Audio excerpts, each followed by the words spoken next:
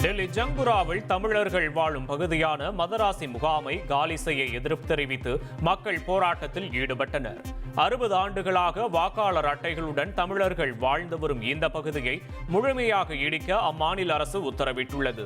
இங்கு 500 குடும்பங்கள் வசித்து வரும் நிலையில் சுமார் 190 குடும்பங்களுக்கு மட்டுமே வீடுகள் ஒதுக்கப்பட்டுள்ளதாகவும் அதுவும் 45 கிலோமீட்டருக்கு அப்பால் உள்ள நரேலா என்ற பகுதியில் ஒதுக்கப்பட்டுள்ளதாகவும் கூறப்படுகிறது.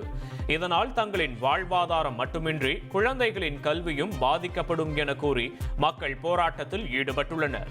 இந்நிலையில் வீடுகள் இன்றி தவிக்கும் அனைவருக்கும் வீடுகளை ஒதுக்கி வாழ்வாதாரத்தை உறுதி செய்ய வேண்டும் என தமிழக மக்கள் அரசுக்கு கோரிக்கை விடுத்துள்ளனர்.